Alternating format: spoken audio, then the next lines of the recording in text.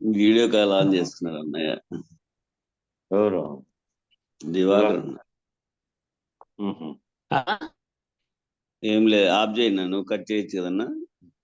చేయొచ్చులే, నేను చేస్తాను. చేస్తాడారా? Video stop చేద్దామని. సరేలే, చదువు అన్న. గురు బ్రహ్మ గురు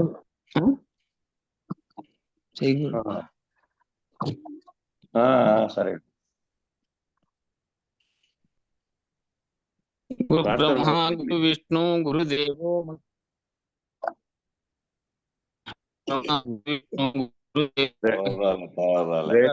బ్రేక్ అవుతుంది.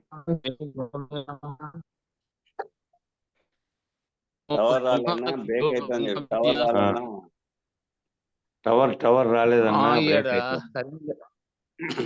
సరే, ఎవరో లేదే వాతావరణం. గురు బ్రహ్మ కూడా సన్న గురుదేవో మహేశ్వర గురు సాక్షాత్ పరబ్రహ్మ తస్మై శ్రీ గురవే నమః. బృహద్వాసిష్ట సిద్ధాంతం పూర్ణబోధోపదేశికం వెంకటేశ్వర యోగీంద్రం సద్గురుభ్యో నమో నమః. ఆత్మానాత్మ అతీతమనిశం కేవలాత్మోపదేశికం శ్రీ వేముల రామయార్య యోగీంద్రం సద్గురుభ్యో నమో నమః. చరాక్షరమతీతం చ అచల పూర్ణోపదేశిక శ్రీ పూర్ణానంద పులయార్య సద్గురుభ్యో మద్గురుభ్యో నమో నమః. అస్మద్గురు సమారంభం కృష్ణ సాందీప మధ్యమాం ఓంకారపీఠ పర్యాంతం వందే గురు పరంపరం. గురు పరంపరముకు జై. జై శ్రీ వెంకటాంబ సమేత శ్రీ పూర్ణానంద పులయారులకు జై. జై శ్రీ ఇందుగల గురుభక్త మండలికి జై.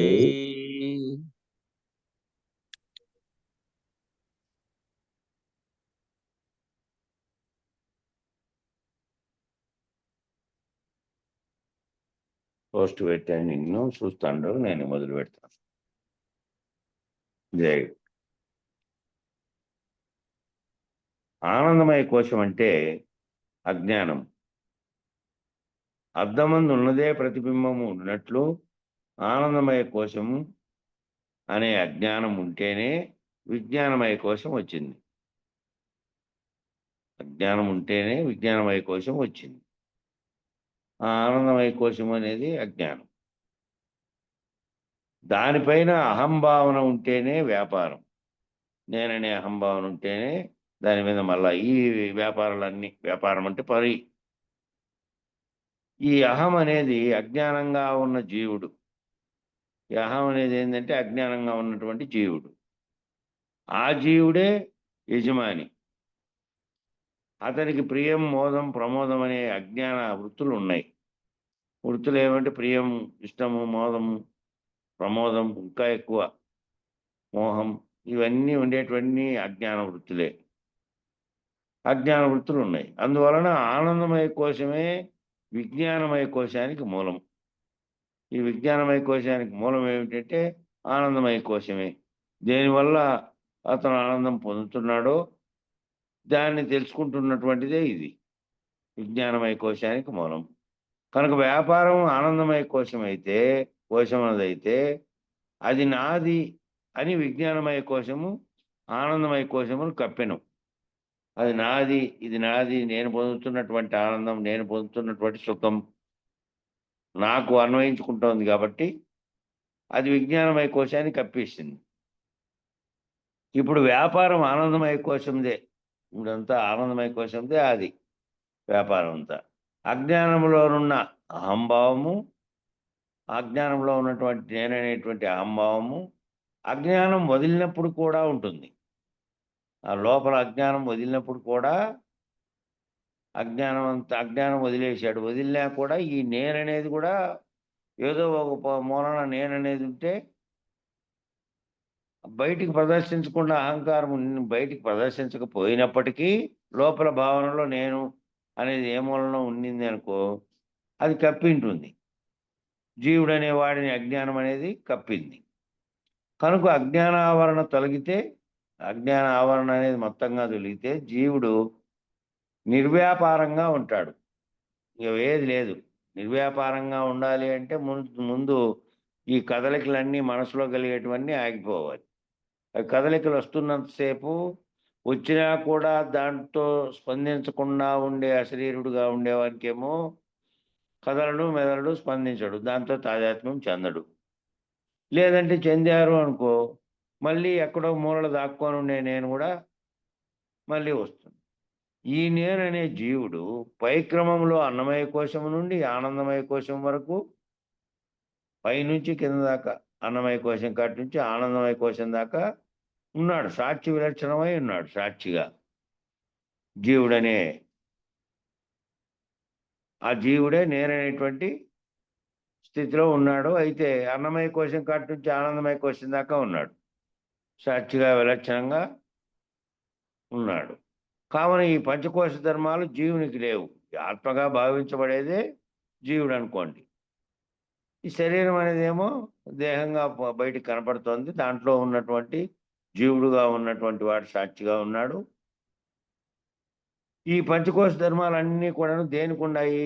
ఈ కోశాలన్నీ కూడా అంటే ఇవన్నీ దేహానికి దీనికి ఉన్నాయి కాబట్టి జీవునికి లేవు. అప్పుడు జీవుడు పంచకోశ ధర్మాలకు వ్యతిరిక్తమైనటువంటి వాడు. ఆ ధర్మాలన్నీ లేకపోతే జీవుడు నిర్వ్యాపారి. ఈ పంచకోశ ధర్మాలన్నీ దానిలో అక్కడ చెలిస్తుంటే ఆ చెలిస్తున్న దానితో దీనికి అంతటికీ నేను యజమాని అనే భావనలో నేననేది వచ్చి చేరిన తర్వాతనే ఈ శరీర వ్యాపారాలన్నీ తనవిగా భావించి తాను స్పందిస్తున్నాడు దాంట్లో. లేదంటే దీంతో ఏమీ లేకపోతే ఇంకా వాడు భావించేదే లేదు. నిష్క్రియుడు, నిర్వికారి. నిష్క్రియుడుగాను, నిర్వికారిగాను, సాక్షిగాను ఉండు. దీంతో స్పందన లేకుండా శాశ్వతంగా అట్లే ఉండేవాడు. ఈ శరీర వ్యాపారాలన్నీ పంచకోశ ధర్మాలన్నీ గనక లేకపోతే జీవునికి ఏదీ లేదు. ఇంకా అతని సత్తా చేతనే పంచకోశ వ్యవహారం ఉన్నది. పంచకోశ వ్యవహారం అంతా అతని సత్తాతో ఉంది. పంచకోశ వ్యవహారం లేనప్పుడు నేను శాశ్వతము కనుక, సన్మాత్రుడు సత్తామాత్రుడు కనుక, చిన్మాత్రుడు త్రిగుణ ప్రభావం లేదు కనుక అప్పుడు ఆనందుడు. ఈ ఆనంద అని ఎవరికైనా కానీ వీళ్ళకి ఇస్తున్నారు. మన దీక్షానామాలు ఏదన్నా కానీ ఆ ముందర ఏదో ఒకటి పేరు పెట్టి మళ్ళీ అలా ఆఖరికి ఏంటంటే ఆనందుడు, కృష్ణానందుడు, విరహితానందుడు అట్లా మనకిచ్చినటివి. సగుణ రహితానంద ఈ పేర్లన్నీ మళ్ళా ఆఖరికి ఆనంద అనేది ఎందుకు వచ్చింది అంటే ఈ ఆనందంగా ఉండేవాడు ఎవరు అని అంటే ఈ నేను అనే శాశ్వతం గనక, అది శాశ్వతం గనక ఏ నేను ఈ పంచకోశ వ్యవహారం అన్నీ లేకుండా ఉంటే గనక అప్పుడు శాశ్వతం గనక సన్మాత్రుడు, సత్తామాత్రుడు, చిన్మాత్రుడు, త్రిగుణ ప్రభావం లేదు కాబట్టి ఆనందుడు. అప్పుడు ఈ వ్యాపారాలన్నీ లేవు కాబట్టి వ్యవహారం అంతా ఏమీ లేదు కాబట్టి గుణములతో కూడా గుణరహితంగా ఉన్నాడు కాబట్టి వ్యవహారం ఏమీ లేకుండా ఉన్నాడు కాబట్టి అప్పుడు ఆనందుడు. అందువలన ఆత్మ సత్తు చిత్తు ఆనందం, ఆ రెండింటి ఆనందము ఇక్కడ దేహంలో జరుగుతున్నటువంటి సాక్షిగా ఉన్నవాడు దీని యొక్క పంచకోశ వ్యాపారాన్ని తన ఆనందంగా భావించి ఉండేటువంటి ఆ రెండింటి యొక్క ఆనందమే ఆత్మ యొక్క సచ్చిత్ ఆనందం. ఈ లక్షణం పూర్తిగా పంచకోశ ధర్మాలకు వ్యతిరేకం. లక్షణం పంచకోశ ధర్మాలకు వ్యతిరేక్తము అంటే ఆత్మ సచ్చిదానందము కనుక నేనే ఆత్మను, ఆత్మయే నేను. అందువలన ఆత్మ పంచకోశ వ్యతిరేక్తమైనటువంటి సచ్చిదానంద రూపము. ఆత్మ అంటే మరి దీంతో తాదాత్మ్యం చెందకుండా సాక్షిగా ఉంది కాబట్టి దాని ప్రకాశం వల్ల శరీరంలో అన్నీ జరుగుతూ ఉన్నప్పటికీ అది దీంతో వచ్చి తాదాత్మ్యం దాంతోనే జరుగుతున్నాయి. దాని యొక్క ప్రకాశంతోనే మనసు, బుద్ధి, చిత్తం, అహంకారం పనిచేస్తుంది. వాటి యొక్క ప్రేరణతో మళ్ళా కింద శరీరం ధర్మాలుగా ఉండే అవయవాలన్నీ కూడా వాటి ప్రేరణతో కలగజేస్తున్నప్పటికీ అది సాక్షిగా ఉంది. నేనే ఆత్మను, ఆత్మయే నేను. అందువల్ల ఆత్మ పంచకోశ వ్యతిరిక్తమైనటువంటి సచ్చిదానంద రూపంలో ఉంది. ఆత్మసత్తా ఎటువంటిది అంటే నిరతిశయం, అతిశయం ఏంది లేనిది, ఏకము. అది ఏకం అయినను ఆత్మసత్తా చేత ఉపజీవమైన శరీరంలో ఇవన్నీ ఉపజీవమైనటువంటి పంచకోశాలన్నీ సమాన సత్తాలు కావు.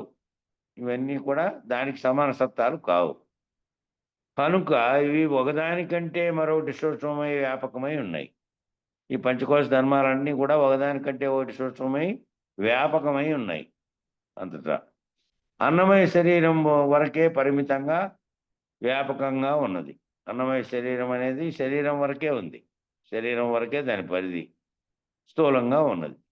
దీనిలో అన్న సారము వ్యాపకమైంది. దాంట్లో సారం ఏదైతే అన్నం ద్వారా పొందిందో అది అంతటా వ్యాపకమైంది.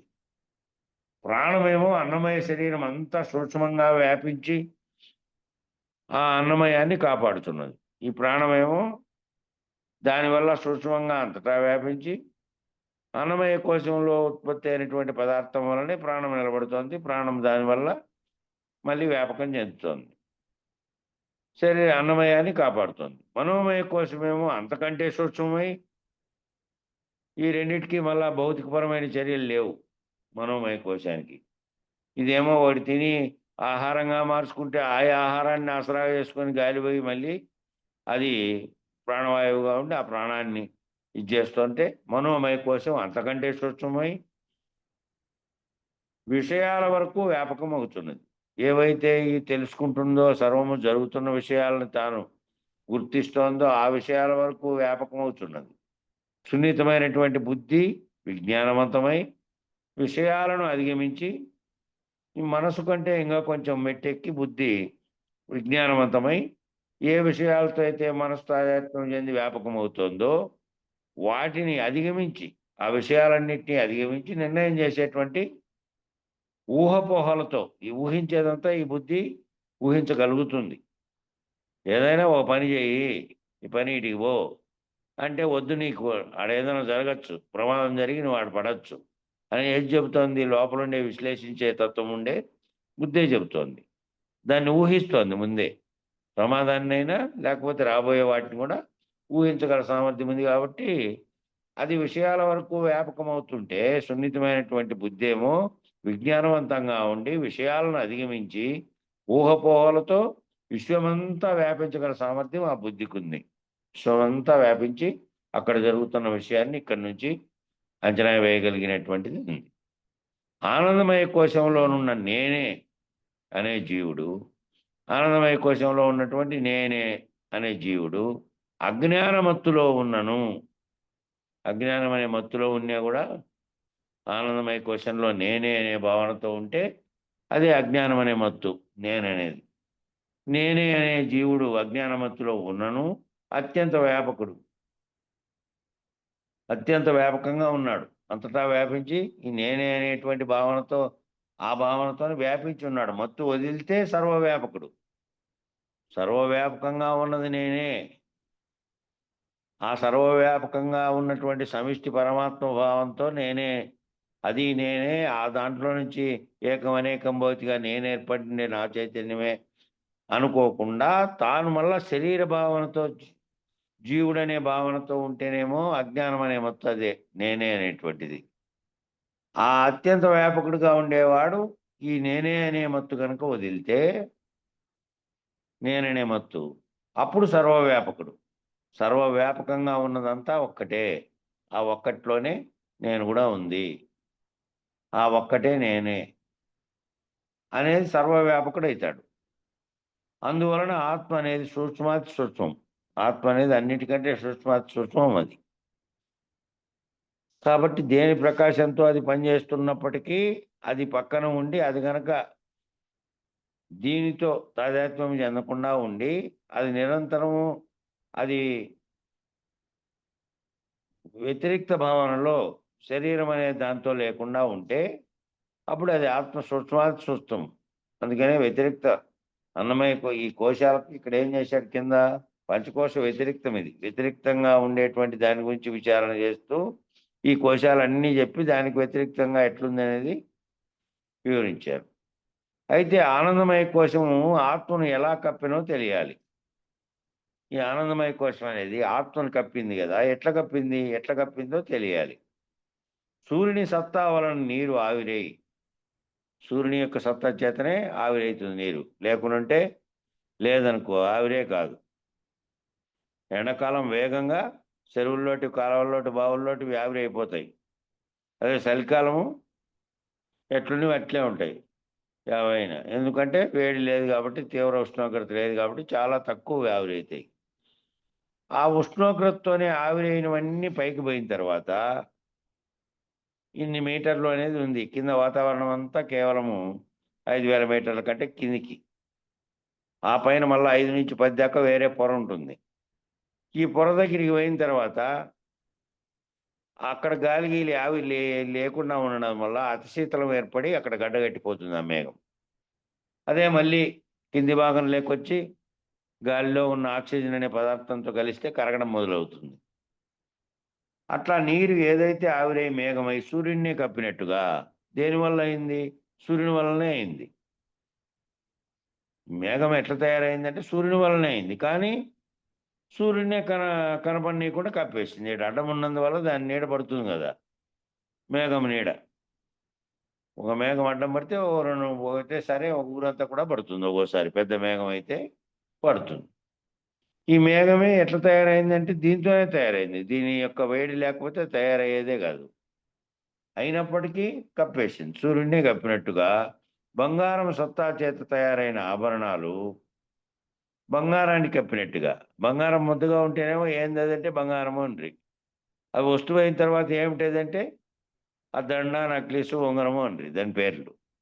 దానికి మళ్ళా ఆకారక్రమం వచ్చిన తర్వాత ఆకారానికి పేరు ఏర్పడింది.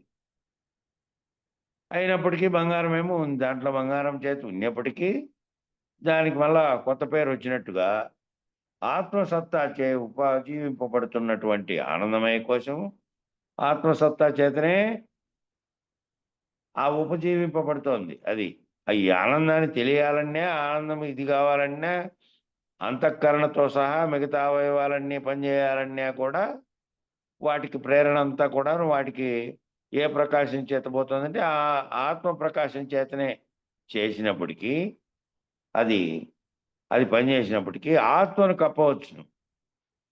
అది ఏమవుతుందంటే ఆత్మను కప్పేస్తుంది ఆ ఆనందమయ కోశం అనేది. బ్రహ్మం యొక్క సత్తాచే మాయ వ్యక్తమై ఆ నిర్గుణ బ్రహ్మనే కప్పి సగుణ బ్రహ్మను ఉపజీవింపజేయలేదా? నిర్గుణ పరబ్రహ్మం అట్టే ఉంటే దాంట్లో ఒక వంతు కలిగినటువంటి సంకల్పం చేత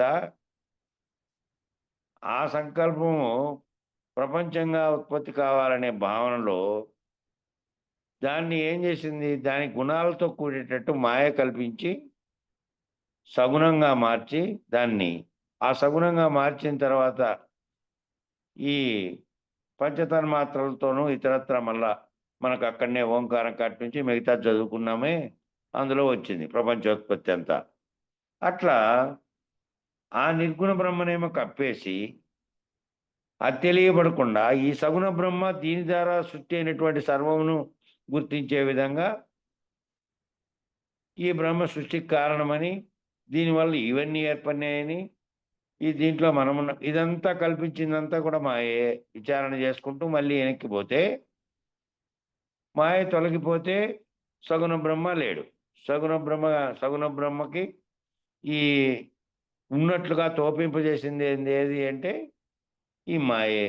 ఈ మాయే దాని ఆధారంగా చేసుకొని నిర్గుణ బ్రహ్మనే కప్పి సగుణ బ్రహ్మను ఆ సగుణ బ్రహ్మ ఉపజీవించేటట్టు చేసి అదే వ్యక్తమై అది కనపడే ప్రపంచాన్ని అంతటినీ కల్పించినట్టు చేస్తోంది. నిర్గుణ బ్రహ్మం ఏమీ చేయకుండా ఏ పరిణామ కారములకు సృష్టితో సంబంధం లేకుండా ఎట్లుంది అట్లే ఉంది. ఉత్పత్తి నాశనములు కానీ వచ్చి పోయేటివి కానీ పరిణామ వికారములు కానీ ఏమీ లేవు. గొంగలి పురుగులు, పట్టు పురుగులు వాటి సత్తా వలన తయారైన గూళ్ళు వాటినే కప్పలేదా? గొంగలి పురుగు ఏం చేస్తుంది? ఒక గూడు మనులో కట్టుకుంటుంది అది. దానికి దీనిలాగా దారం రాదు కాబట్టి మట్టిలోకి ఏం చేస్తుందంటే పోయి పొర ఏర్పాటు చేసుకుంటుంది. చుట్టూ పొరలాగా ఏర్పాటు చేసుకొని దాని నోట్లో నుంచి వచ్చే గమ్ అనే పదార్థంలాగా ఒక గమ్ము లాంటి పదార్థం ఉంటే బొక్క తయారు చేసుకొని దాని చుట్టూ పూసేసుకొని కప్పెట్టేసుకొని దాంట్లో దూరుకుంటుంది. దాని ఫలదీకరణ చెందినటువంటి కాలం వచ్చిన తర్వాత అది పగిలి దాంట్లో నుంచి రెక్కల పురుగు వస్తుంది బయటికి. పోయేటప్పుడేమో నల్లటి గొంగళి పురుగు పోయింది లోపలికి. బయటకు వచ్చేటప్పుడు సీతాకోక చిలుక వచ్చింది బయటికి. మళ్ళా వేరే పునర్జన్మ రూపాన్ని ఒక జన్మలోనే రూపం మార్చుకునేది ఏంది అంటే ఈ పట్టు పురుగు, ఈ ఈ పురుగు ఇదే గొంగళి పురుగు. గొంగళి పురుగు ఎందుకు అన్నారంటే నల్లగా కమ్మడిలాగా గొంగళిలాగా ఉంటుంది కాబట్టి దాన్ని అన్నారు.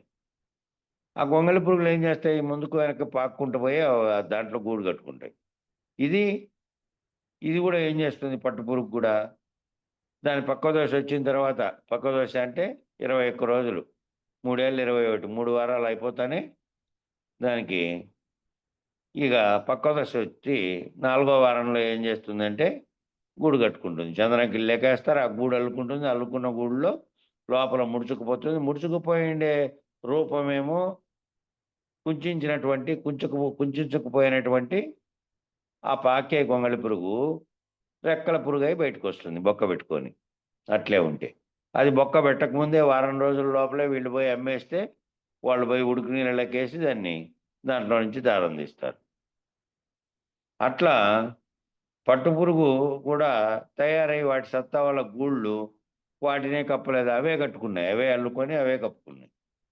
పట్టుపురుగు దాని కోశం నుండి బయటికి రాలేక చచ్చిపోయింది. ఇంకా దాంట్లో నుంచి రాలేదు. అది దాన్ని కట్ చేసే విధానం తెలుదు, దూరుకునే విధానం రాలేదు. అంటే వస్తుంది రెక్కల పురుగుగా మారితే తప్ప రాలేదు బయటికి. రెక్కల పురుగుగా మారితే మాత్రమే దాన్ని కొరికి దాంట్లో నుంచి బొక్క తయారు చేసుకొని వస్తుంది. అది గొంగళి పురుగు ఏమో దాని కోసమును చీల్చుకొని అదేమో బయటపడి సీతాకోక చిలుక ఎగిరిపోయింది అదేమో. ఇదేమో బయటికి రాలేదు. ఈ ఉన్నది తీసిపోయి వీడేమో దారం కోసం ఉడకబెట్టి ఇవి చచ్చిపోయాయి లోపలే. ఇక మళ్ళా రెక్కల పురుగే తయారు కాలే. ఆనందమయ కోశాన్ని అధిగమిస్తే, ఆనందమయ కోశం అనే దాన్ని అధిగమిస్తే సీతాకోక చిలుక వలె జీవుడే ఆత్మస్వరూపుడగును. జీవుడే గొంగళి పురుగు ఏ విధంగా లోపలికి పోయి గూడు కట్టుకొని తానున్నటువంటి ఎట్లుంది అది? ఎంత మామూలు గొంగళి పురుగు అయితే అవి వచ్చిందంటే ఆహా ఎంత బాగుందని ఎవడు తీసుకుంటాడో, దాన్ని చూస్తేనే అసహించుకుంటారు ఇల్లు. కానీ ఏ రూపం ధరించి వచ్చింది? కవులంతా ఇతరులంతా దాన్ని ప్రకృతిలో వర్ణించే విధంగా బయటకు వచ్చింది అందంగా. సీతాకోక చిలుక రంగురంగుల చిలకలాగా బయటకు వచ్చింది వచ్చేటప్పుడు దాంట్లో నుంచి. అట్లా ఈ కోశాన్ని అధిగమిస్తే సీతాకోక చిలుక వలె ఈ జీవుడు ఆత్మస్వరూపుడుగా అవుతాడు. ఆత్మ అనే తాను భావిస్తున్నటువంటి ఆ గొంగళి పురుగు రూపంలోంచి సీతాకోక చిలుక ఎట్లొచ్చిందో అప్పుడు జీవుడనే వాడు ఆత్మస్వరూపుడుగా కావాలి అంటే కింద దాని సత్తా చేత ఏవైతే అన్ని వ్యాపారాలు జరుగుతున్నాయో దానిలతో తాదాత్మ్యం చెందకుండా, దాని వ్యాపారంతోనే తాను పని లేకుండా తాను సాక్షిగా విలక్షణంగా ఉన్నదని, ఆ విలక్షణంగా ఉండే సాక్షే సర్వసాక్షిగా ఉండేది కూడా అదేనని, సర్వసాక్షి అంటే పరమాత్మే సర్వసాక్షిగా ఉండేది. ఆ స్థితిలో కనుక ఆత్మస్వరూపుడు అవుతాడు. అప్పుడు శరీర భావన ఉండదు. అప్పుడు శరీరానికి అది అందముందా, నల్లగుందా, తెల్లగుంది ఇది కాదు. దానికి సత్తా ఇచ్చినటువంటి, దానికి ప్రకాశం కలగజేస్తున్నటువంటి ఆత్మస్వరూపుడుగా అయిపోతాడు. అప్పుడు దీని వ్యాపారంతో పని లేదు. అప్పుడు గొంగళి పురుగే సీతాకోక చిలుక అయినట్టు నేను బ్రహ్మను, అహం బ్రహ్మస్మి అని ఎప్పుడు అనుకోగలుగుతాడంటే నేననే దానితో తాదాత్మ్యం చెందకుండా ఉంటే, నేనుతో తాదాత్మ్యం చెందకుండా ఆత్మ సర్వలక్షణంగా ఉండి పైన ఉన్నటువంటి దానితో తాదాత్మ్యం చెంది ఇది వేరుగా లేదు, నేననేది లేదు, ఎడాను సర్వముగా ఉన్న దాంట్లోదే ఇది కూడా. ఆ సర్వముగా ఉన్నది దేనితోనూ కలవకుండా పోతే ఆ దేనితో సంగమించినందువల్ల ఇది ఉందని తోస్తోందో ఆ మాయ వల్ల ఆ మాయ తోచిపించినందువల్ల తోస్తోంది. మాయ ఆ మాయ పోతే అది ఏ విధంగా ఉందో దేన్ని తోపించకుండా ఆ స్థితిలో జీవుడు ఆత్మస్వరూపుడుగా దీంతో చెందకపోయినప్పుడు ఏముంది, ఇంక నేను బ్రహ్మను. ఆ బ్రహ్మ ఏదైతే ఉందో ఒక్క బ్రహ్మే. ఆ బ్రహ్మ స్థితిలో నుంచి వ్యాపకమైన దాంట్లో నుంచి వచ్చినదే కదా ఇది. కాబట్టి కిందికి తాదాత్మ్యం చెందకుండా నేను బ్రహ్మను అనేటువంటి స్థితిలో సీతాకోక చిలుక కదా లోపలికి పోయినప్పుడు అది పోయి మళ్ళా వచ్చినప్పుడు సీతాకోక చిలుక అయి వచ్చినట్టుగా ఆత్మస్వరూపుడుగా ఉంటాడు. అన్నమయ కోశంలో పంచభూతాత్మకమైనటువంటి ఓ సప్తధాతు రూపమైనటువంటి స్థూల శరీరం ఉన్నది. అన్నమయ కోశంలో ఏముంది అంటే పంచభూతాలతో కూడినటువంటి 7 ధాతువులతో కూడినటువంటి రూపమైనటువంటి 7 ధాతువులన్నీ కూడింటేనే ఈ రూపం వచ్చింది. చర్మము, ఎముకలు, లోపల రక్తము, మాంసము, ఇవన్నీ వీటితో కూడి పైన కప్పబడినటువంటి చర్మమేమో ఆకారం కలిగించింది. పైన కప్పినటువంటి గూడుకు కప్పినటువంటి చర్మం ఇది. ఒక గూడు ఉంటే ఆ గూడు మీద కప్పారనుకో, ఇదేమో ఆకారం కలిగించింది. కాబట్టి సప్తధాతు రూపమైనటువంటి స్థూల శరీరము ఉన్నది. ప్రాణమయ కోశం అనగా పంచప్రాణాలు, పంచ కర్మేంద్రియాలు, మనోమయ కోశంగా, పంచ జ్ఞానేంద్రియములతో కూడినటువంటి మనస్సు, విజ్ఞానమయ కోశంగా, పంచ జ్ఞానేంద్రియాలతో కూడిన బుద్ధి, ఆనందమయ కోశంగా, ప్రియం, మోదం, ప్రమోదం అనేటువంటి అజ్ఞానమత్తు వృత్తులు గలది. ఆనందమయ కోశంలో పంచభూతాత్మకమైనటువంటి సప్తధాతు రూపమైనటువంటి స్థూల శరీరం ఏమో ఉంది. ఈ ధాతువులతో కూడుకొని ఉంది అది. ప్రాణమయ కోశమేమో పంచప్రాణాలు అనేటువంటి వాయువులతో కూడుకొని ఆ శరీరం అంతా వ్యాపిస్తూ ఆ వాయువులతోనే జీవుల్లో ఉన్నటువంటి దేహంలో ఉండే ప్రాణాన్ని నిలబెడుతుంది. ఆ కర్మేంద్రియాలేమో వివిధ కర్మలు చేయడానికి ఉపయోగపడి శరీరంలో అవయవాలుగా ఉన్నాయి. మనోమయ కోశంగా ఉండేది ఈ పంచజ్ఞానేంద్రియాలతో కూడే మనోమయ కోశము తెలుసుకుంటోంది అన్నిటినీ. ఆ మనస్సు విజ్ఞానమయ కోశం అనగా ఈ జ్ఞానేంద్రియాలతో కూడిందేమో మనస్సు అయితే, విజ్ఞానమయ కోశంగా ఉన్నదేమో పంచజ్ఞానేంద్రియములతో కూడినటువంటి బుద్ధి. ఈ పంచజ్ఞానేంద్రియాలతో కూడినటువంటి మనస్సు ఏమో అక్కడ ఉంది, అక్కడే జ్ఞానేంద్రియాల కాడే దాంతోనే తాదాత్మ్యం చెంది. బుద్ధి ఏమో విశ్లేషించేది కాబట్టి ఈ జ్ఞానేంద్రియాలతో కూడినటువంటి బుద్ధి. ఆనందమయ కోశమేమో ప్రియము, మోదము అనేటువంటి ఆ ప్రియము, ఇష్టము, మోదము ఇంకా ఇంకా ఎక్కువ. మోదం అంటే ఎక్కువ ఇష్టం, ప్రమోదం అంటే ఇంకా అదే నేను అనేటువంటి దాంతోనే తాదాత్మ్యం చెందేటువంటి స్థితి. ఆ ప్రమోదం అనేటువంటి అజ్ఞానమత్తు వృత్తులు కలిగి ఉంది. ఆనందమయ కోశం కట్టుకొచ్చేళ్ళకి ఏమైందంటే ఈ బుద్ధి అది ప్రమోదం చెందినటువంటిది ఏదైతే ఉందో ఆ ప్రియము, మోదం, ప్రమోదం అనేటువంటి అజ్ఞానమత్తు వల్ల అదే ఆనందం, అదే నేను అనేటువంటి స్థితిలో ఉంది. ఆత్మను మొదట కప్పిండేది ఏది అంటే మొదట ఆత్మను కప్పిండేది ఆనందమయ కోశమే. ఈ ఆనందమయ కోశం అనేది ఆత్మను కప్పి ఈ తాదాత్మ్యం చెందినప్పుడల్లా ఆనందంగా ఏదైతే కలుగుతుందో అదే కోరుకుంటుంది, మిగతాది కోరుకోదు. ఇంకా అది కప్పి ఉంది. అందువలన అజ్ఞానం అనే ఆనందాత్మ కప్పబడినది కనుక తిరిగి ఆనందమును పొందుటకు భ్రాంతిలో తోచినటువంటి ప్రపంచంలోనే వెతుకుతూ ఉంటుంది. ఎక్కడ వెతుకుతోంది ఆనందమును తోచిండేదంటే తిరిగి మళ్ళా అజ్ఞానం అనేది కప్పినప్పటికీ ఆ ఆనందం అనే ఆత్మ కప్పబడింది అజ్ఞానం అనే దాంతో. కాబట్టి తిరిగి మళ్ళా ఆనందాన్ని పొందుటకు భ్రాంతిలో తోచిన ప్రపంచంలోనే, భ్రాంతిగా తోచిన ప్రపంచం పోతే, ప్రపంచ భావన పోతే ఇక అది నిత్యానందం. దీంతోనే కదా, దీంట్లో మళ్ళా కష్టము, సుఖము అనే సర్వద్వందాలు తోచిండేదేమో ప్రపంచం. ప్రపంచ భావన పోయినప్పుడు ఇంక ఒక్కటే ఉంది. ఇంక మళ్ళా కాసేపు వచ్చింది, కాసేపు దుఃఖము, కాసేపు ఆనందము, కాసేపు మోదము, కాసేపు ప్రియము, మళ్ళీ అయిష్టము, మళ్ళీ దానికి వ్యతిరేకమైన దుఃఖం, ఇవన్నీ కూడా దీంట్లో ప్రపంచంలో ఉన్నాయి. కానీ ప్రపంచాన్ని తోచకుండా ఉన్నటువంటి దాంట్లో లేవు ఇవన్నీ కదా. ఈ ఆనందమైనటువంటి ఆ ఆనందం ఏదైతే ఉందో దాన్ని మళ్ళీ ఎట్లా పొందాలి, అనే అతీతమైనటువంటి దాన్ని ఎతకే బదులు ఏం చేస్తోంది అంటే దీంట్లోనే ఆనందం పొందింది కాబట్టి ఈ ప్రపంచం అనేటువంటి దాంట్లోనే ఈ భ్రాంతిలోనే తోచిన ప్రపంచంలోనే వెతుకుతోంది ఆనందం కోసం. ఆనందం ఇచ్చే వాటి యందు ప్రియం కలుగుతుంది. ఏదో ప్రపంచంలో ఇప్పుడు మనకు భౌతికంగా కలిగేటువంటి ఏవైతే ఆనందాలు వస్తున్నాయో శరీరానికి కలిగేటివి అన్ని వాటి ఆనందంతో అది తాదాత్మ్యం చెంది ఎంత బాగుంది అని అనుకుంటుందో అదే దాని మీద ఇష్టం కలుగుతుంది కదా. అది ఆనందం ఇచ్చింది కాబట్టి ఎంత బాగుంది ఇది. ఈ ఆనందం అని శరీరానికి కలిగినటువంటి ఆనందాన్ని తాదాత్మ్యం చెంది ఆనందం ఇచ్చే వాటి యందు ప్రియము కలుగుతోంది. ఆ వస్తువును సొంతం చేసుకోగానే ఏ దాని మీద భావన చెందాడో అది సొంతం చేసుకోగానే మోదం కలిగింది. మోదం దాని మీద ఇంకా ఆనందం కంటే ఇంకో మెట్టు.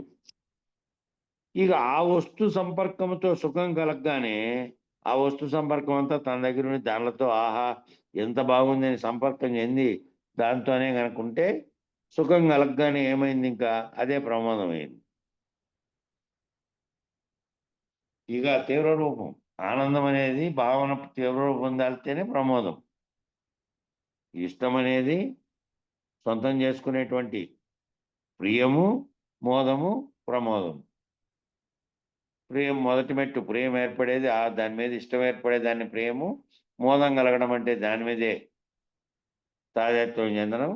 దాంట్లో సుఖం కలగగానే దానిగానే మారిపోవడం ప్రమాదం చెంది.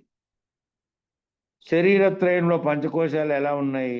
శరీరత్రయంలో 3 శరీరాలుగా ఉండే దాంట్లో పంచకోశాలు ఎలా ఉన్నాయంటే స్థూల శరీరమే అన్నమయ కోశము. స్థూలంగా ఉండే శరీరం అన్నమయ కోశం. సూక్ష్మ శరీరమే ప్రాణమయ మనోమయ విజ్ఞానమయ కోశాలు 3 కూడా సూక్ష్మ శరీరాలే. ప్రాణమయం అనేది గాలి ద్వారా ప్రాణము జరుగుతున్నప్పటికీ పంచభూతాత్మకమైన దాంట్లో అది ఒకటి గాలి అనేది. దాంట్లో మళ్ళా ప్రాణవాయువు అనేది జరుగుతుంది కాబట్టి శరీరం అంత లెక్క 5 రకాల వాయువులు పోయి వాటి వల్లనే నీకు జరుగుతోంది కాబట్టి అది కూడా సూక్ష్మంగా ఉంది. స్థూల రూపం ధరించినది కాదు. స్థూల శరీరంగా ఉండేది అన్నమయ కోశం కనపడుతోంది. ఈ 7 రకాలైన సప్తధాతువులతో కూడి శరీరంగా ఏర్పడి కనపడుతున్నది అది.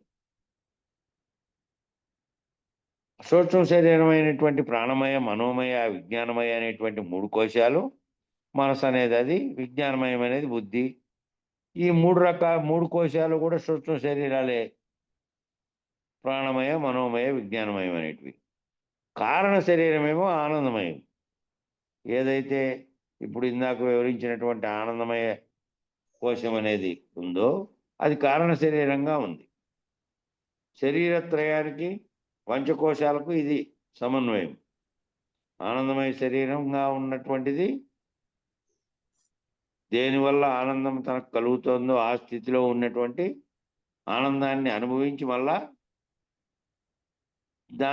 దానిగా ఉంది. ఏ ఆనందం ఎట్లా పొందిందో దేనివల్ల వచ్చిందో అనే ఆనందము కలగక ముందు ఈ ప్రపంచమే లేకముందు అయితే సర్వము ఎప్పుడు నిత్యానందంగా ఉంది. అక్కడ ఎప్పుడైతే ప్రపంచ భావనలోకి వచ్చిందో అప్పుడు వేరే రకమైనటువంటి కోశంగా ఉంది. ఆ కోశంగా తాను ఏదైతే పొందుతున్నాడో ఆనందము దాన్ని వల్ల ప్రపంచ భావనతో ఎత్తుకులాడినప్పుడు కిందికి దిగి వచ్చింది.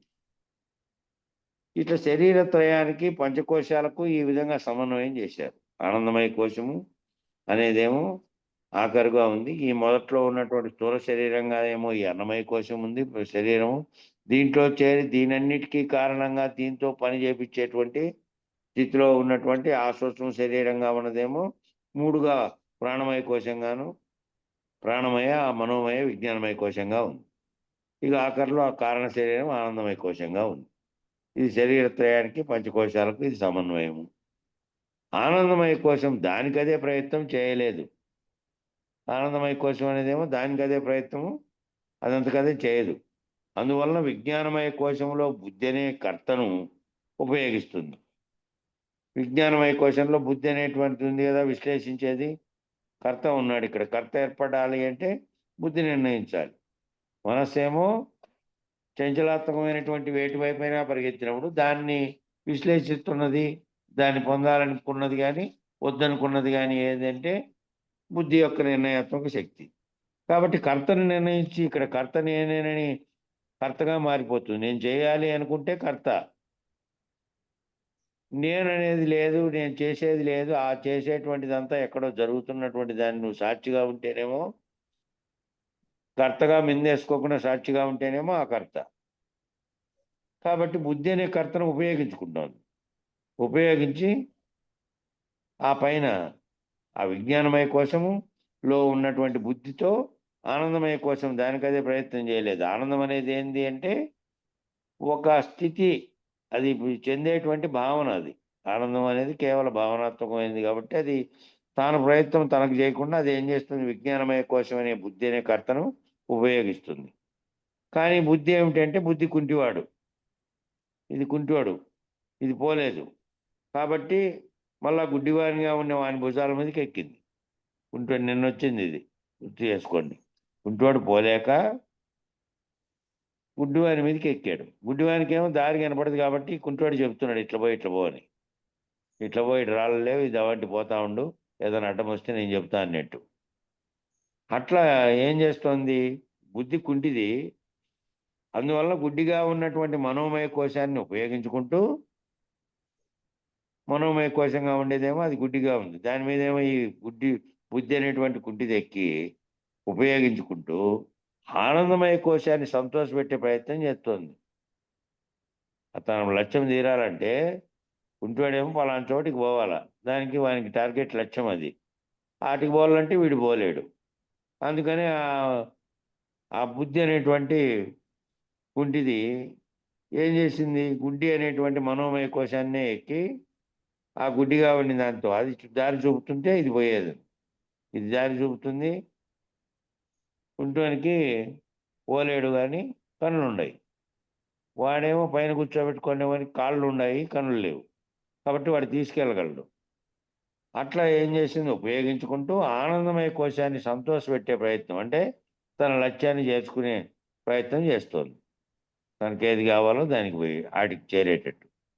అనగా అజ్ఞానంలో ఉన్న జీవాత్మను సంతోషపెడుతుంది. దేన్ని సంతోషపెడుతుంది అంటే జీవాత్మను సంతోషపెడుతుంది. జీవుల్లో ఉన్నటువంటి ఆత్మ ఆనందం కలిగితే ఆహా అని ఆనందంతో తాదాత్మ్యం చెంది మళ్ళీ దాన్ని కోరుకుంటుంది కదా, దాన్ని సంతోషపెడుతోంది అజ్ఞానంలో ఉన్నటువంటి జీవాత్మ. ఆ ఆనందం, ఆ అజ్ఞానం కనుక వీడితే, అజ్ఞానం వీడి దీంతో ప్రపంచ భావన లేకపోతే నిత్యానందమే. ఇక దాంట్లో అశరీరుడైన వారికి ఎప్పుడు నిత్యానందం ఎందుకు ఉంటుంది అంటే శరీర భావనతోనూ ప్రపంచ భావనతో అన్నాడు. జరుగుతానేదంతా జరుగుతూ ఉంటుంది, తాను ఉంటాడు దాంట్లోనే. దాంట్లో వ్యవహారము అవసరమైనప్పుడు వ్యవహారం కూడా చేస్తూ ఉంటాడు, వ్యవహారము చేస్తాడు. అన్నీ చేసినా కూడా ఎప్పుడైతే స్వార్థంతో ఇది కావాలనే కోరికతో తీవ్ర ఆపేక్షతో చేశాడా మళ్ళీ శరీర భావనే, అజ్ఞానం అనే భావన లేకే మళ్ళీ పడిపోతాడు. దానికి అంటకుండా చేస్తే దేన్ని సంతోష పెడతాడు, అప్పుడు జీవాత్మను కాదు సమిష్టి ఆత్మ ఉంది కదా, సమిష్టి ఆత్మ పరమాత్మ స్థితిలో ఉంటే దేన్ని ఆనంద పెడతాడు? ఇంకా నాకంటే అంతకంటే వెనక్కి పోతేనే ఈ కిందికి వచ్చే కొద్దీ దుఃఖమయ ప్రపంచము, ద్వంద్వాలతో కూడిన ప్రపంచం కాబట్టి ఇది ఓసారి ఉండి ఓసారి పోయే ఆనందం, ఎప్పటికీ ఉండే ఆనందము. దీంతో తాదాత్మ్యం చెందనటువంటి నిర్గుణ పరబ్రహ్మం అనే నిర్గుణ స్థితిలో ఉన్నటువంటి ఆనందం. ఇంకా దానికి ఆనందంతో కూడా పని లేదు, అది ఆనందమే లేదు. ఆనందము దుఃఖము రెండు లేవు దానికి, అన్నిటికీ సర్వాతీతం కదా. కాబట్టి ఈడ ఏమవుతుంది, జీవుడుగా ఉండి కలగ్గానే ఈ విధంగా దీనికి ఆనందం జీవాత్మ అజ్ఞానంలో ఉండేటువంటి జీవాత్మను సంతోషపెడుతుంది ఆనందం కలగ్గానే. మనసు ఆ జన్మ కర్మ ఫలితంగానే ప్రవర్తిస్తూ, మనసు ఏం చేస్తుందంటే ఏ జన్మ కలిగింటే ఆ జన్మ ఏ విధంగా కలిగిండే ఫలితం ఉందో దాంట్లోనే ప్రవర్తిస్తూ ప్రపంచంలోనే సుఖాన్ని పొందాలని చూస్తూ ఉంటుంది. మనసు అనేదేమో శరీరాన్ని ఆవరణగా చేసుకుని ఉన్నటువంటి మిగతా 20 ఇంద్రియాలు ఏ విధంగా ఉన్నాయో మనసు, బుద్ధి, చిత్తం, అహంకారం అనేటివి కూడా 4 అంతరేంద్రియాలుగా ఉన్నాయి. శరీరం ఆవరణలో ఉన్నాయి. ఆత్మప్రకాశం చేతనే సర్వము పనిచేస్తున్నప్పటికీ ఆత్మ అనేదేమో సర్వమును గుర్తెరుగుతున్నప్పటికీ దీనిలతో తాదాత్మ్యం చెందకుండా దీనికి ప్రకాశం ఇస్తున్నప్పటికీ పైగా ఉంది. ఇదేమో ఈ మనసు బుద్ధి అదేమో అతీతంగా ఉన్నదాన్ని ఆలోచించగలదు, నిర్ణయం చేయగల ఇటు అటు రెండు వైపులకి. ఇదేమో ఈ మనస్సు అనేదేమో తన ఆ ఆవరణ ఏదైతే ఉందో ఆ ఆవరణలోంచి పోదు. ఆ ఆవరణలోనే ఉంటూ ఆ ఆవరణ ఏర్పరిచినటువంటి జన్మ కర్మ రెండు వచ్చినాయి కదా, దాంతో పాటు జన్మతో పాటు తాను చేసినటువంటి ఆ కర్మ ఫలితంగా వచ్చినటువంటి జన్మలోనే ప్రవర్తిస్తూ ప్రపంచంలోనే సుఖాన్ని పొందాలని చూస్తూ ఉంటుంది. తన శరీరము తాను ఆ శరీరం దేంట్లో అయితే ఉందో ఆ ప్రపంచంలోనే ఏదైతే సుఖం ఉందో అది దాంట్లో పొందాలని చూస్తుంది. భౌతికంగా కనపడుతోంది, అది దాంతో వ్యవహరిస్తోంది, దాంతో తాదాత్మ్యం చెందుతోంది కాబట్టి దాంట్లో ఆనందం పొందాలని చూస్తూ ఉంది ప్రపంచంలోనే. కేవలం మనస్సు ఆ పని చేయడానికి ఓ పనిముట్లు కావాలి. కేవలం మనస్సు మాత్రమే ఆ పని చేయాలి అంటే మనసు ఏం పనిముట్టుగా మనసు కేవలము భావించేటువంటి భావన. గాలి అయితే ఏ విధంగా తగిలితే స్పర్శ తెలుస్తోంది కానీ ఇది ఏడుంది ఎక్కడి నుంచి వస్తుంది అనేది కనపడకుండా ఏ విధంగా ఉందో మనస్సు అనేది కూడా దేంతో కలగజేస్తే పనిముట్టుగా పనిముట్టు కావాలి దానికి పనిచేసేకి. సత్తా ఏమో దాంట్లో ఉన్నే పనిముట్టు కావాలి కదా పనిచేసేకి. అట్లా పనిముట్టు కావాలి దానికి. ఆ పనిముట్టు ఏంది? అన్నమయ కోశం. అన్నమయ కోశంలో ఏం చేస్తుంది? అన్నమయ కోశంలో పనిచేస్తేనే అన్నం తినిన తర్వాత అది ప్రాణంతో కలిసి మళ్ళీ మనసుగా రూపాంతరం. ఆ రెండు లేకుండా మనకు లేదు. ఏమో ఆహారం తినింది, మళ్ళీ దానివల్ల ప్రాణశక్తి అనేది ఉంది. ఆ రెండింటి కలయిక వల్ల మనస్సు అనేది పనిచేసింది. ఈ అన్నమయ కోశం అనే పనిముట్టు కావాలి. శవంతో పని జరగదు కనుక ప్రాణమయ కోశము కావాలి. ఒకటి శవం ఉందనుకో దాంట్లో పని జరగదు కదా. ఆహార పదార్థాలన్నీ పోయి దాంట్లోకి రక్తము అన్ని శరీరాలకు పోయినా కూడా ప్రాణం గాలి పోయిన తర్వాత ఇంకేమీ లేదు దాంట్లో.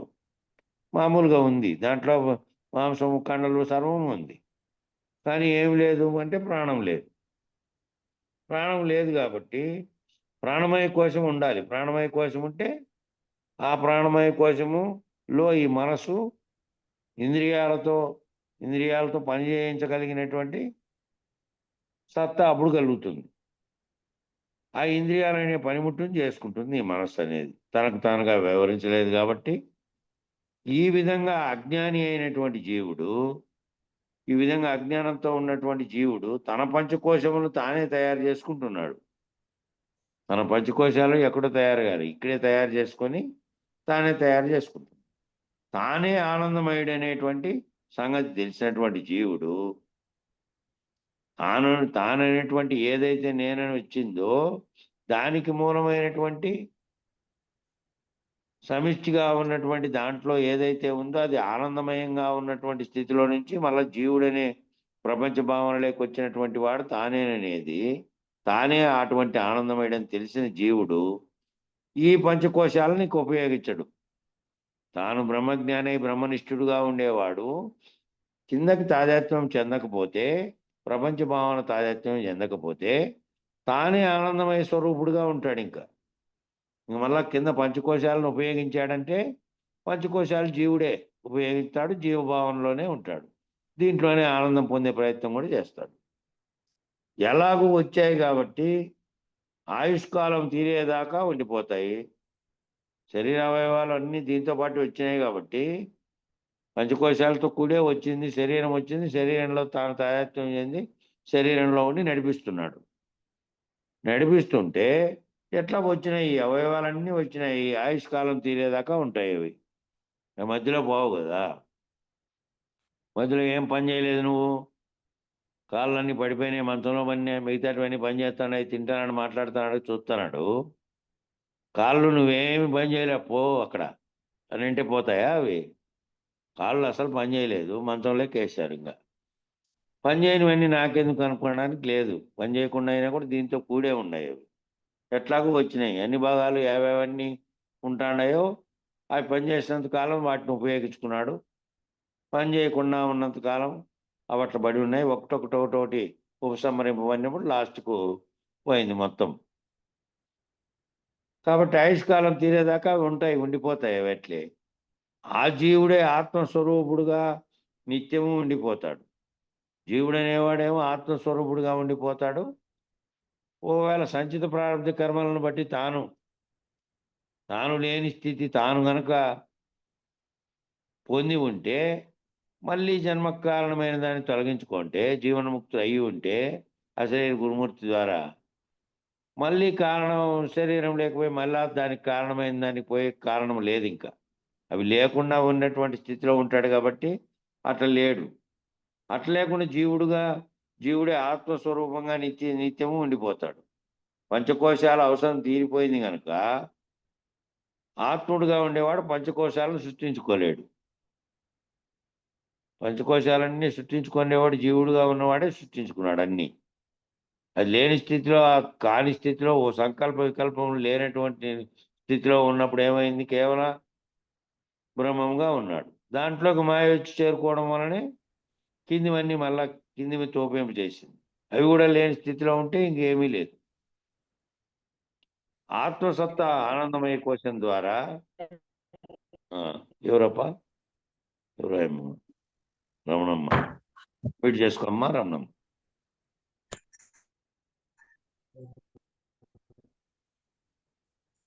ఆత్మసత్తా ఆనందమయ కోశం ద్వారా అన్నమయ కోశం ద్వారా దాకా వచ్చేసరికి ఆత్మ అనే సత్తా ఆనందమయ కోశం నుంచి ద్వారా అన్నమయ కోశం దాకా వచ్చేసరికి ఆత్మ లక్షణాలు క్రమక్రమంగా తగ్గుతూ వచ్చాయి. ఆత్మలక్షణంగా ఉండాల్సినవన్నీ ఆనందమయ కోశం ద్వారా మళ్ళీ అన్నమయ కోశం లేక దాకా వెనక్కి వచ్చేయాలకు ఆత్మలక్షణాలు తగ్గిపోతూ క్రమంగా స్థూల శరీరంతో తాదాత్మ్యం చెందడం వల్ల కనుక స్థూల శరీరంతో జ్ఞానం కలగదు. స్థూల శరీరంగా వచ్చి స్థూల శరీరంలో జీవుడుగా భావిస్తూ చేసుకునే దాంతో జ్ఞానం కలగదు. ఈ స్థితిలో నుంచి ఆ స్థితిలోకి పైకి ఇవి తొలగించుకుంటూ పోతే ఆ స్థితిలో కలుగుతుంది జ్ఞానం. స్థూల శరీరంతో జ్ఞానం కలగదు. ప్రాణాలతో ఆత్మజ్ఞానం లభించదు. ప్రాణాదులతో కలిస్తే ప్రాణము అవన్నీ కూడా దేంట్లో ఉన్నాయి? దీంట్లో ఉన్నాయి. శరీరావరణలో ఒక్కొక్క కోశాన్ని జీవుడుగా తయారు చేసుకుంటూ వచ్చినవే ఇవి. ఈ కోశాలకు ఈ విచారణ ద్వారా అన్ని తెలుసుకునే కోసమే ఏదేది ఏ కోశము అని అంతా కూడాను శరీర విచారణ అంతా సాంఖ్యమే. ఇంకా బ్రహ్మాండ సృష్టి ఏ విధంగా అయిందో, పిండాండ సృష్టి ఏ విధంగా అయిందో, ఈ రెండింటిని మళ్ళీ ఏకంగా ఎట్లుందో, ఏ దాంట్లో నుంచి వచ్చినాయో ఈ విచారణ చేయడమే కదా సాంఖ్యం అంతా అదే. కాబట్టి ఈ శరీరంతో స్థూల శరీరంతో జ్ఞానం కలగదు. ప్రాణాలతో ఆత్మజ్ఞానం లభించదు. ప్రాణాదులు ఇవన్నీ కూడా శరీరంలో ఉన్నటువంటి కోశాలే. సంస్కారాల చేత బద్ధమైనటువంటి మనస్సు గుడ్డిది.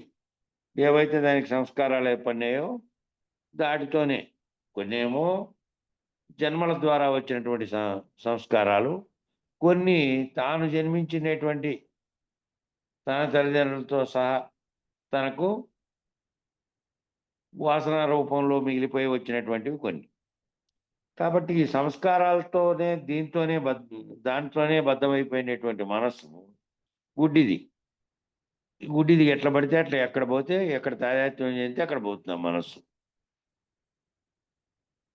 కనులేమో కనపడకపోయినప్పటికీ గుడ్డిగా అన్ని వైపుకు పోతుంది. కనుక దానికి ప్రయత్నం చేసే నిర్ణయం లేదు.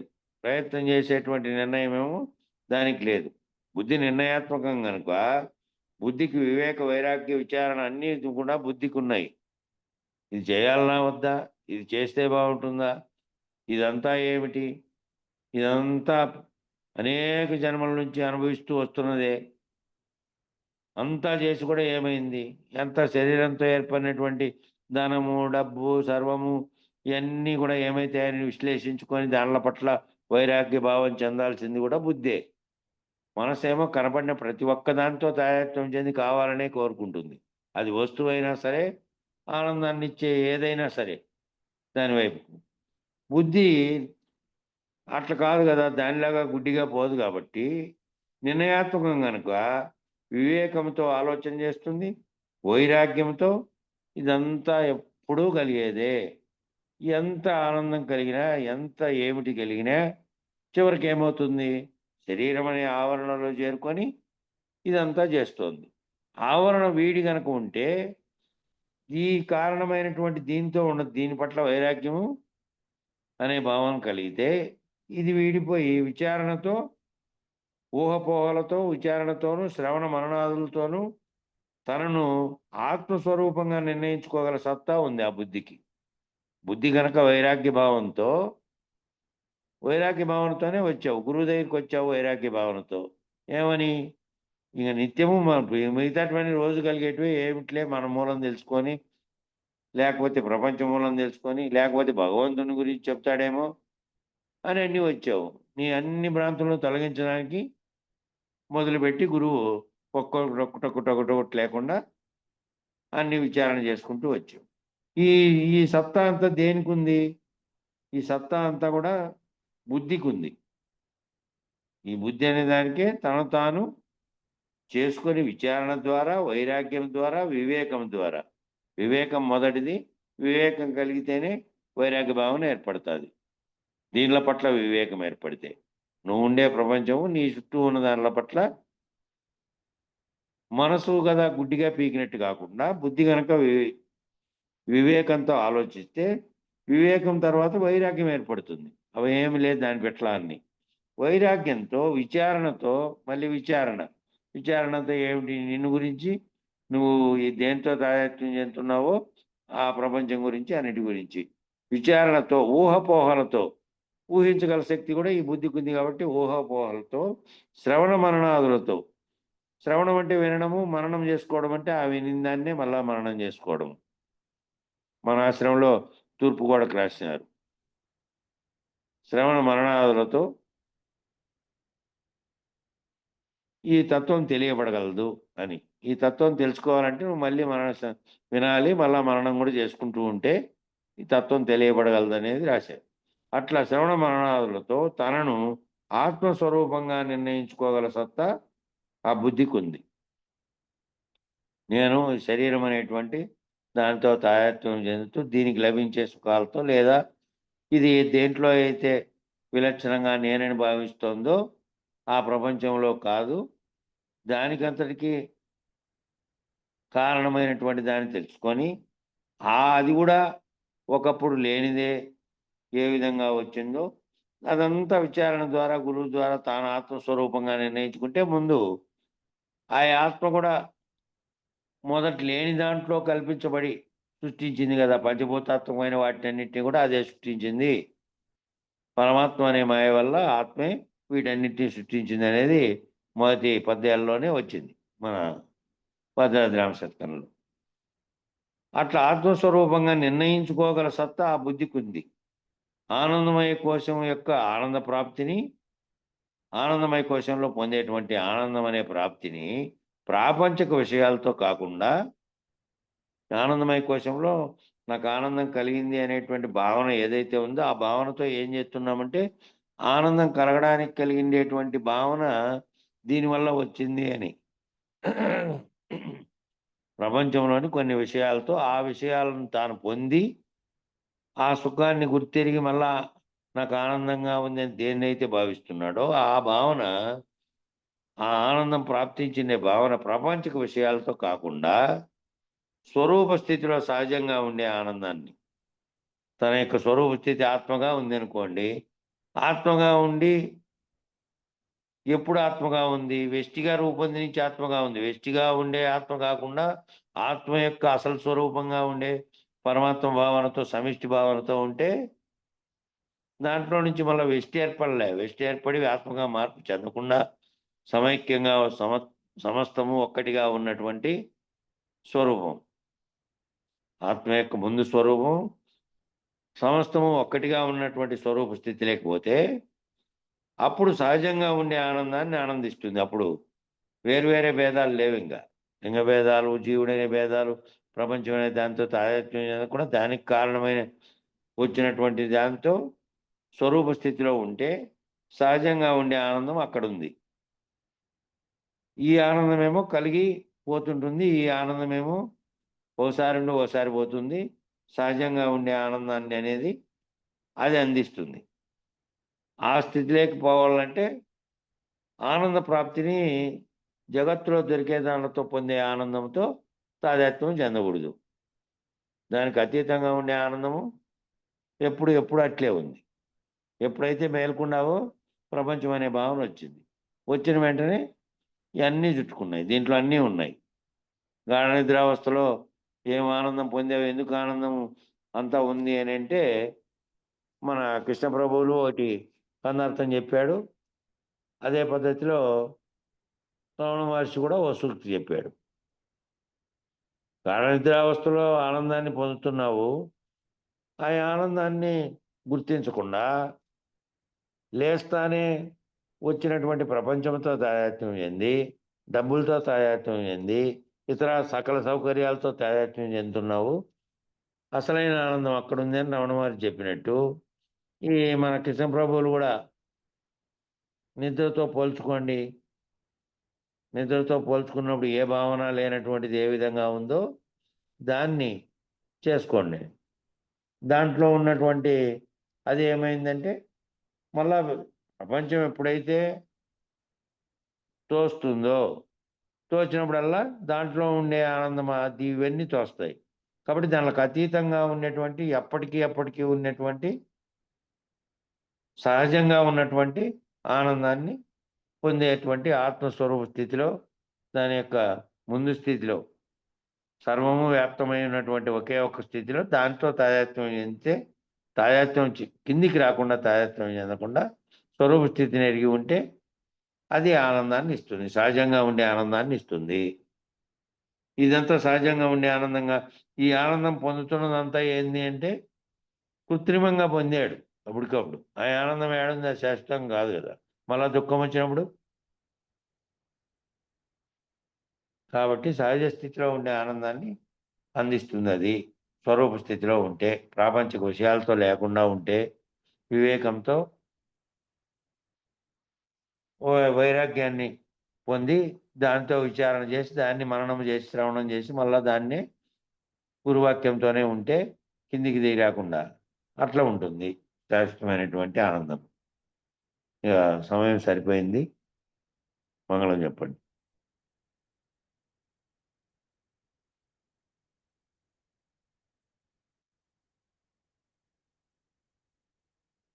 వెంకటదాసం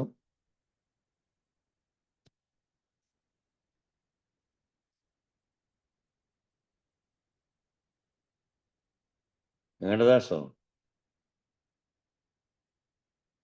సరే అన్న, ఎవరెవరు చెప్పండి. మీట్లో ఉంది నా అదే నేనేం పిలుస్తా అంటే పలకలేదని నేను మంగళం చెప్పి. మంగళం శ్రీ గురుదేవాయ మహనీయ గుణాత్మనే సర్వలోక శరణ్యాయ సాధు రూపాయ మంగళం. ఓం శాంతి శాంతి శాంతి. బలో శ్రీ సద్గురు మహారాజ్ కి జై. జై శ్రీ వెంకటాంబ సమేత శ్రీ పూర్ణానంద పులయారులకు జై. జై శ్రీ ఇందుగల గురుభక్త మండలికి జై. జై గురు. జై గురు. నిన్న జ్ఞానయజ్ఞంలోది 980 ఎపిసోడ్ పెట్టింటిమి. దాంట్లో చూస్తే 38వ నిమిషం నుంచి వస్తుంది. 38 నిమిషాలు పోయిన తర్వాత 38వ నిమిషం నుంచి వస్తుంది. అది వింటే దానికి ఉదాహరణ నెట్టెమ తిమ్మప్ప గారు రాసినటువంటి దాని మీద అప్పట్లో పూజారి వెంకటేశ్వరం చేసినటువంటి విశ్లేషణ. అది 1 గంట 7 నిమిషాలు ఉంటుంది. 38 నిమిషాలు ముందు